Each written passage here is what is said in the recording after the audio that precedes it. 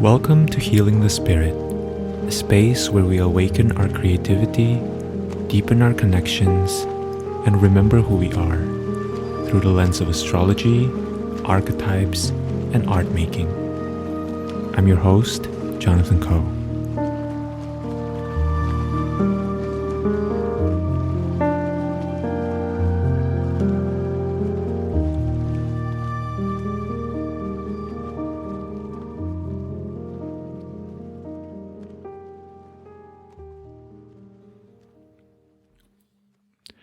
Hello everyone, welcome to Healing the Spirit, and welcome to this episode.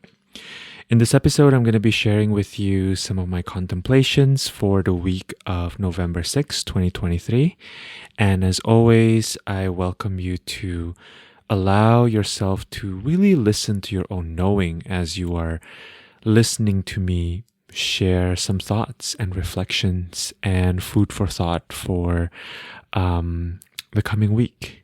And to really trust that whatever is coming up for you is precisely what you're here to look at and what you're here to be working with. So on Monday, November 6th, Venus in Virgo will trine Pluto in Capricorn. Mercury in Scorpio will trine Neptune in Pisces. On Wednesday the 8th, Venus will enter Libra. Mercury in Scorpio will sextile Pluto in Capricorn. On Friday, Mercury will enter Sagittarius, and Mercury in Sagittarius is going to square Saturn in Pisces. And finally, on Saturday, the 11th, Mars in Scorpio will oppose Uranus in Taurus. So as you can see, this is quite an eventful week, and we have two major ingresses, Mercury going into Sagittarius and Venus moving into Libra. And so the theme that is really coming up for me as I'm considering and contemplating on this particular configuration within the astrological cosmic soup is the idea of hope. And for me, to hope is to permission our hearts to break, right? Why do we hope? Because somewhere within us, we know that there is a reality that's more beautiful, that's more generative, that's more loving.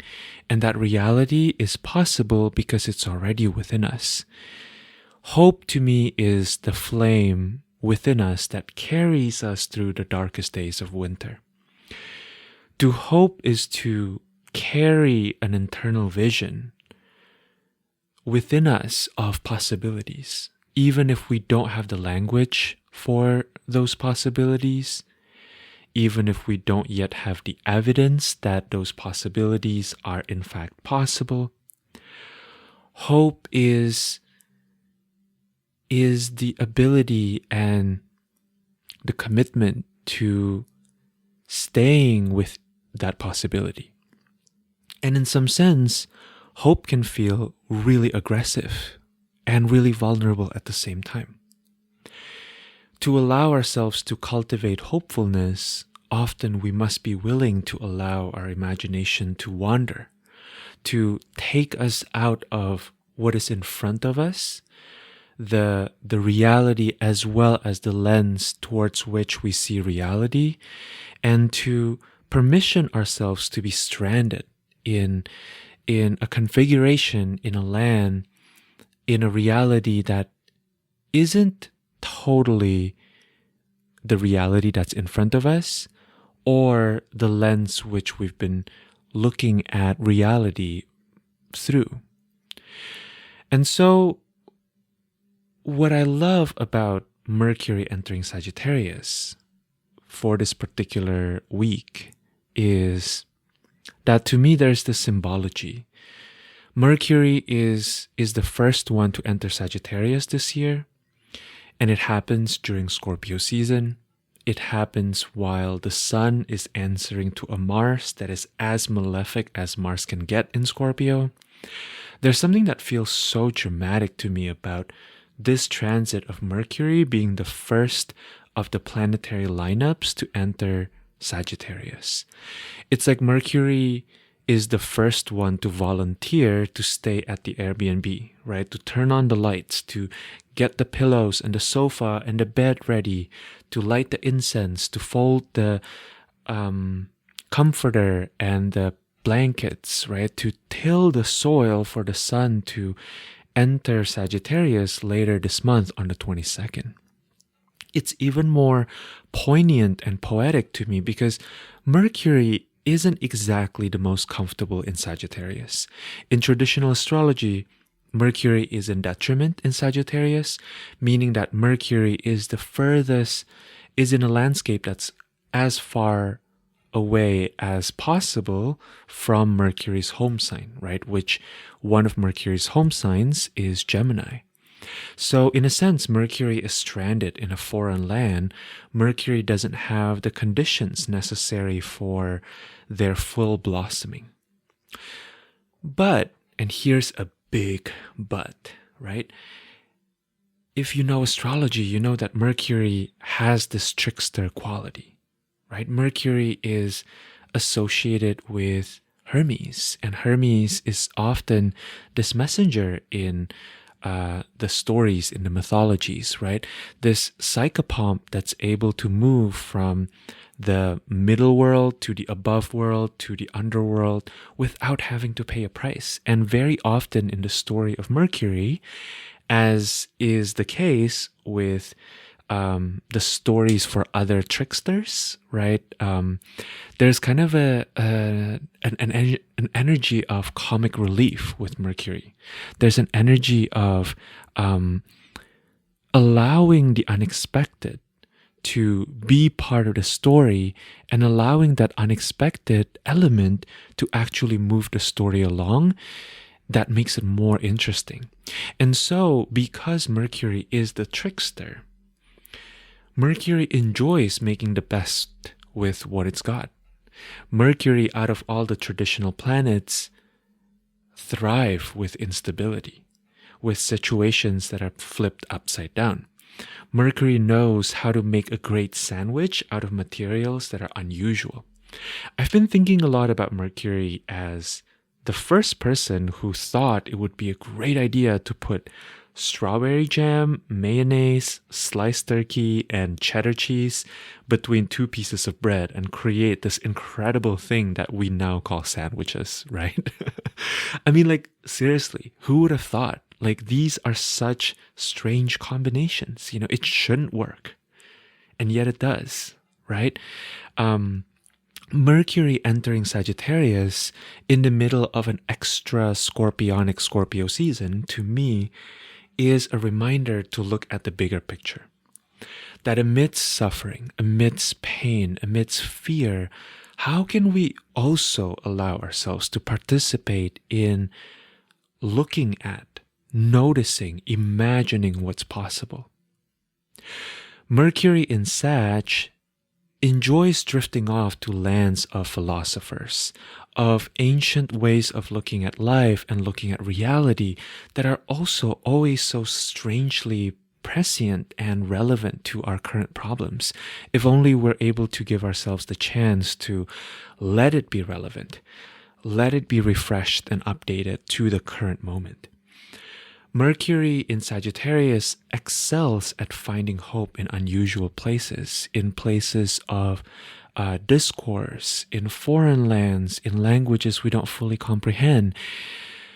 And here's something I would like to offer as an exercise for you and for all of us to navigate this Mercury in Sagittarius transit.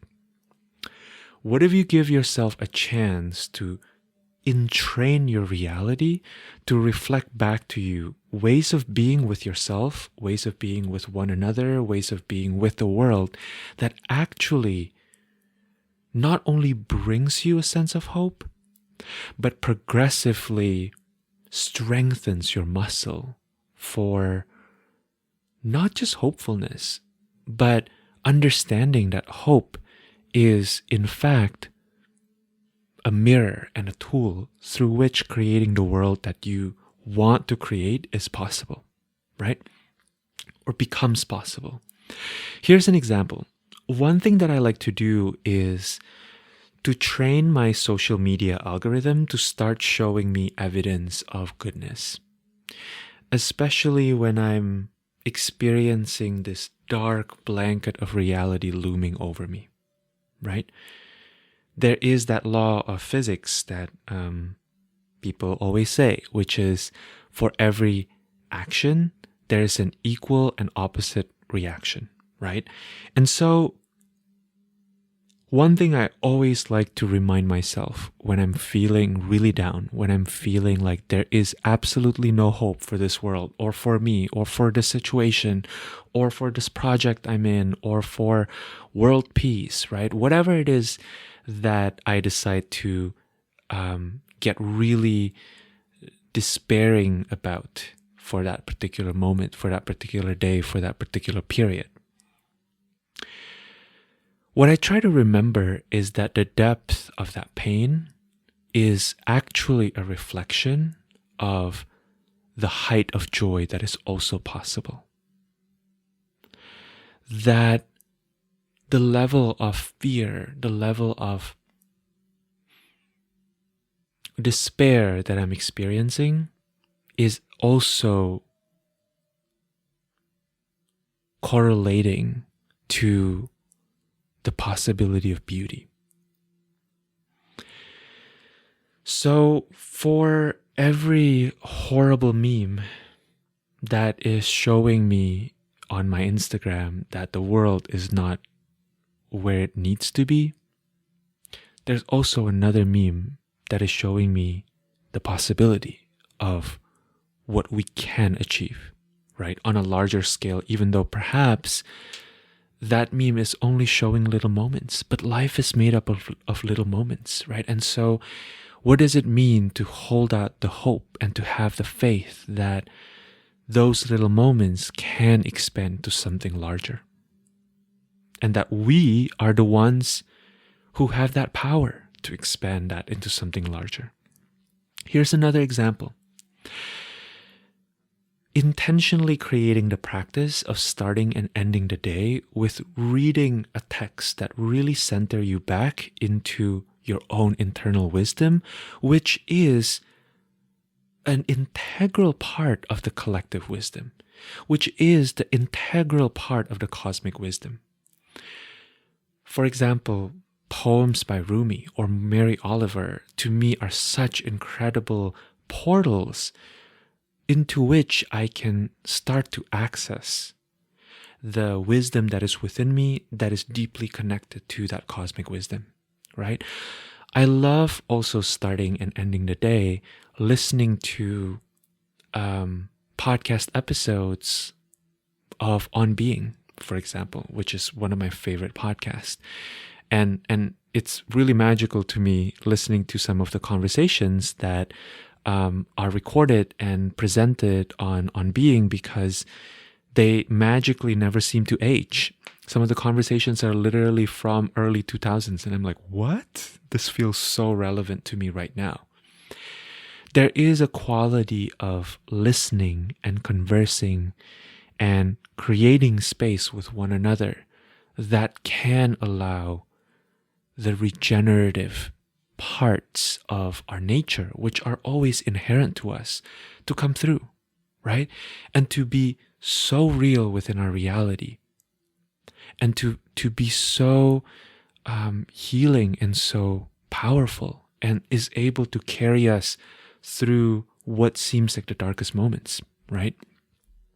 Another option is, and I keep saying, basically the same thing in the past few weeks, right? But to really give yourself a chance to learn from nature, to become a student of the natural world, including the natural world that is within yourself.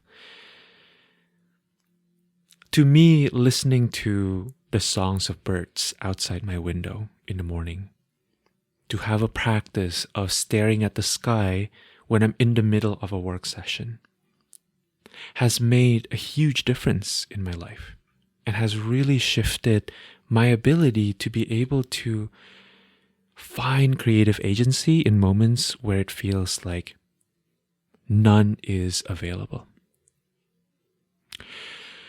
There's a huge difference that I want to point out between avoidance and spiritual bypassing versus strengthening our capacity to hold complexity, which includes training the spiritual muscles of our hearts, of our minds, to be able to see, experience, and embrace hope.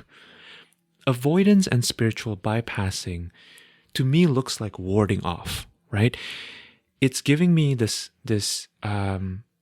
parallel to children and how children act when they are closing off their ears, right? When their parents tell them something they don't want to hear.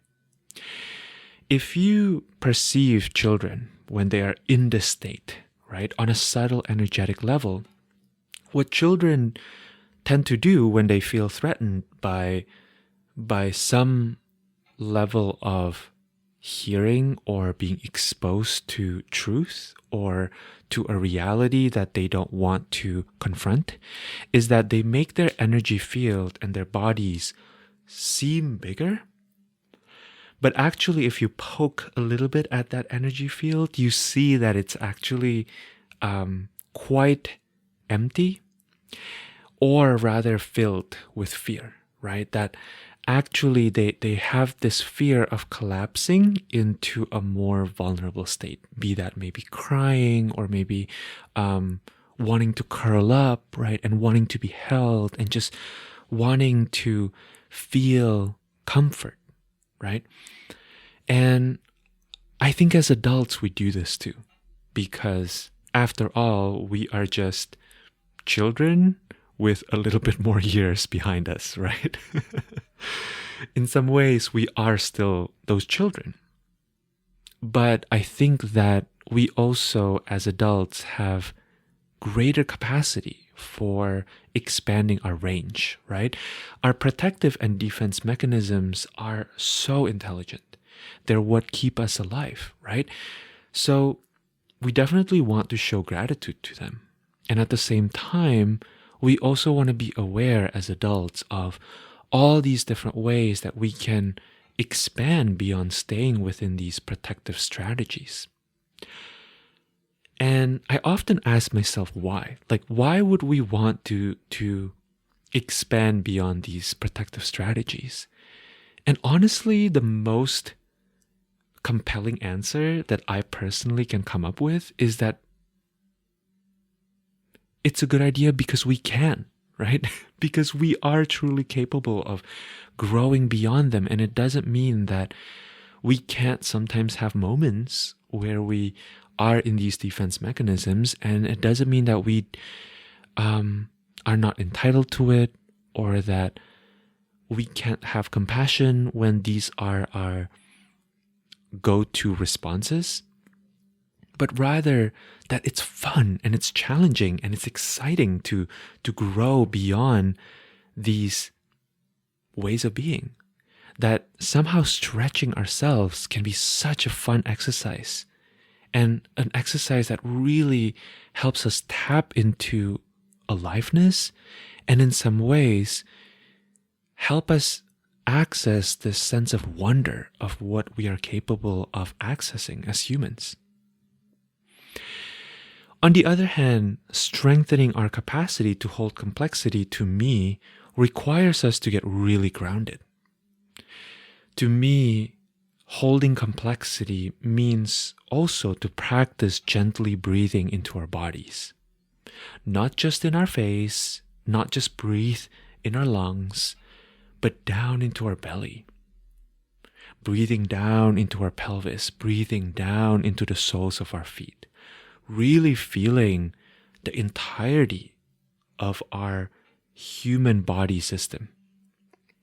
To give ourselves the grace, the pleasure of being with parts of our experiences that are pleasurable and resourced and strong. Meanwhile, not abandoning the fact that some other parts may be hurting too. And that the parts that are hurting are being held by the parts that are resourced. The other day I was thinking about some pain that I've been having physically in the back of my body, around the lower parts of my shoulder, my right shoulder. And I was thinking about what is possible or what needs to happen within my system in order for me to be able to feel this pain.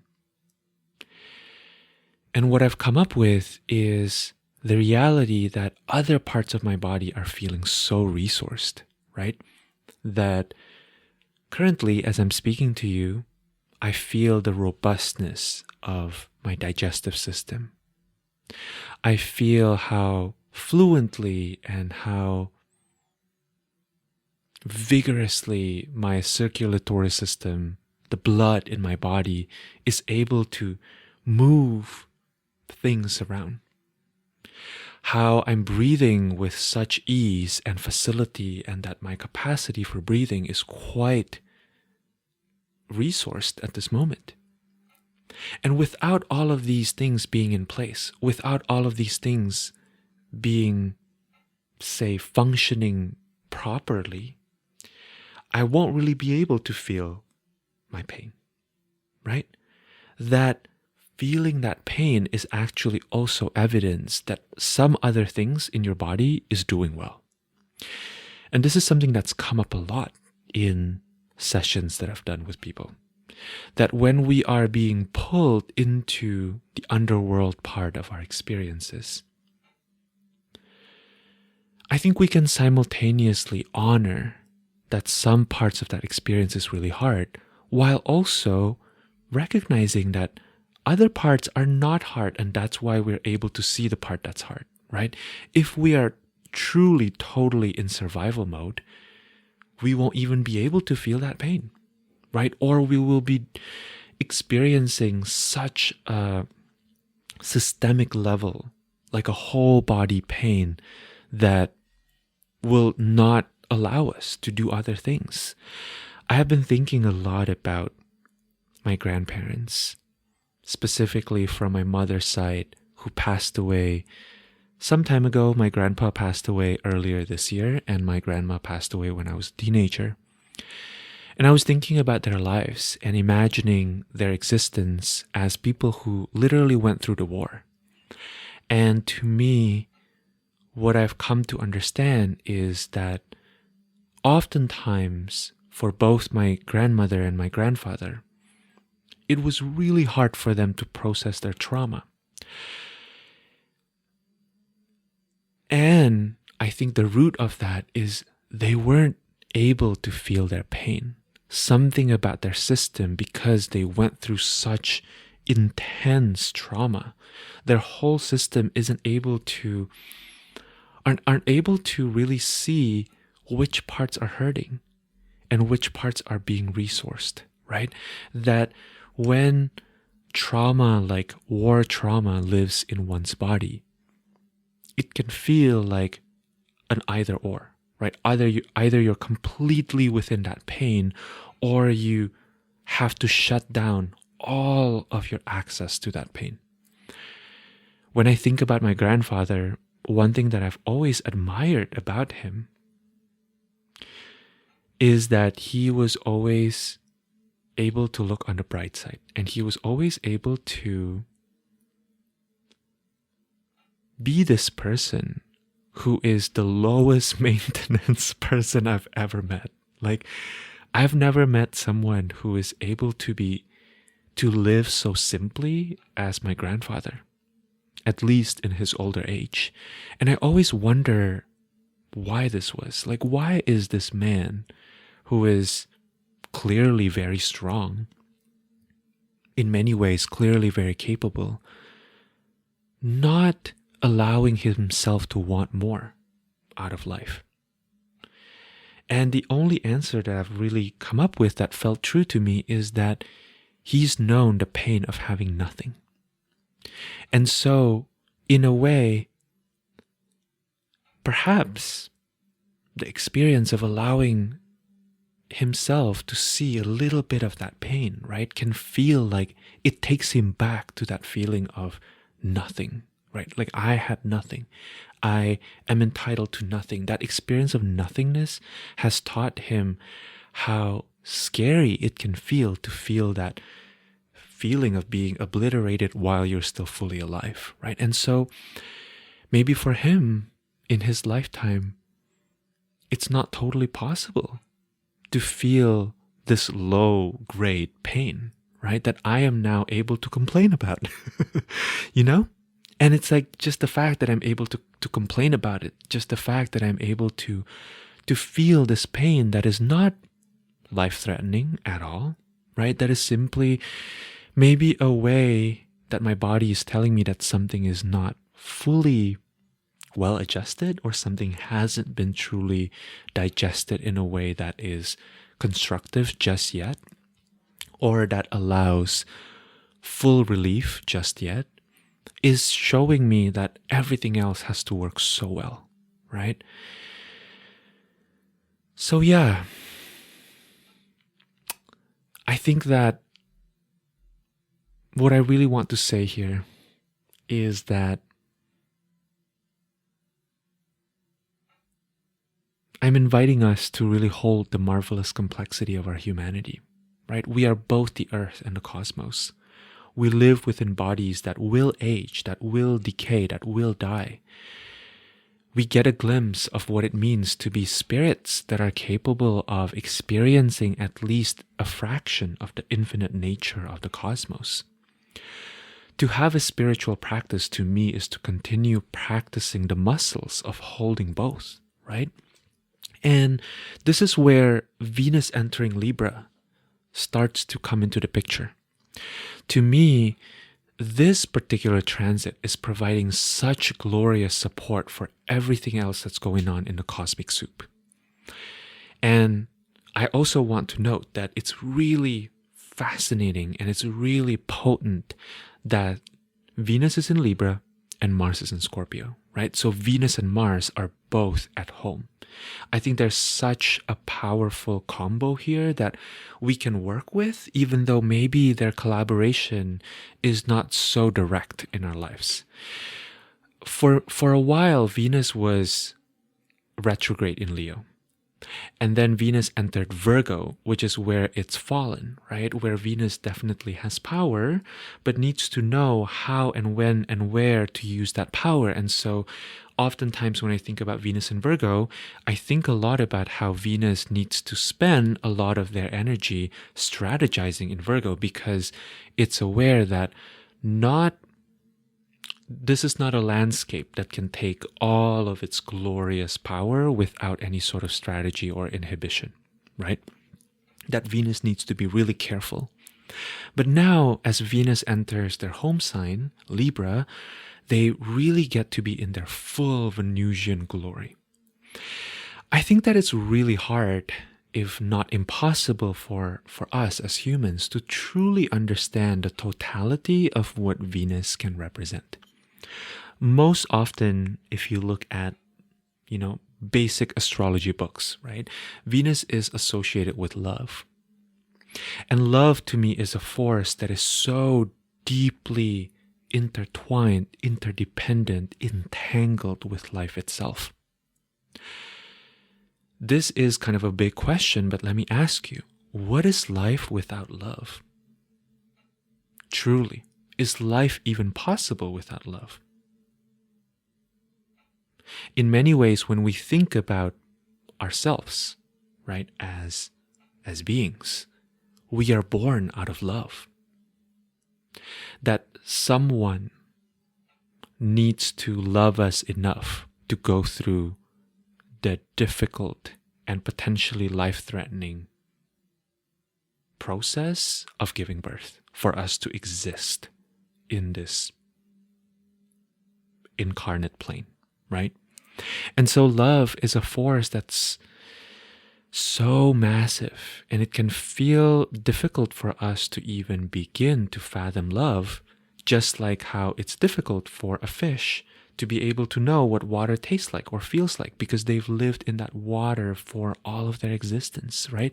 It can be really hard for us as mortals to truly understand what it means to love, to be in love, to be love itself, until we get into a space or have an experience where love isn't abundant. But even so, I would still argue that love is omnipresent, right? So Venus in Libra offers us an opportunity to find love within connection, within reciprocity, in good conversations, in beautiful art, in interactions that we have with those around us. Venus in Libra is such a great time to reconnect with friends that make you feel good about being alive, with aspects of being alive that make you feel truly beautiful, right? Not beauty as prescribed by the standards of the overculture, but beauty that lies deeper.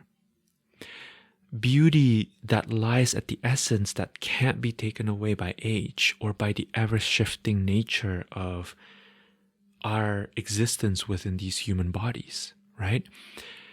With Mercury in Sagittarius, Mercury is answering to Jupiter in Taurus, right? And Jupiter is answering to Venus domicile in Libra starting this coming week. So what I want to suggest to you is a practice of contemplating the expansiveness of love, and then to also practice bringing that expansive love down into your body, down into the parts of your experiences that you feel are cringe, that you feel are too unpolished, too broken to receive that love. And then, here's the trick. I want you to also invite yourself to practice doing this with one another. And to me, one of the most exciting ways to do this is to practice complimenting others from a place of sincerity. And to approach this with a certain level of mercurial tricksteriness, right? And playfulness and flexibility. Because sometimes when we try to practice these Venusian virtues, right? Like complimenting others or telling others how beautiful they are, we can sometimes get into the trap of wanting to be met with to be mirrored with the same level of grace, right?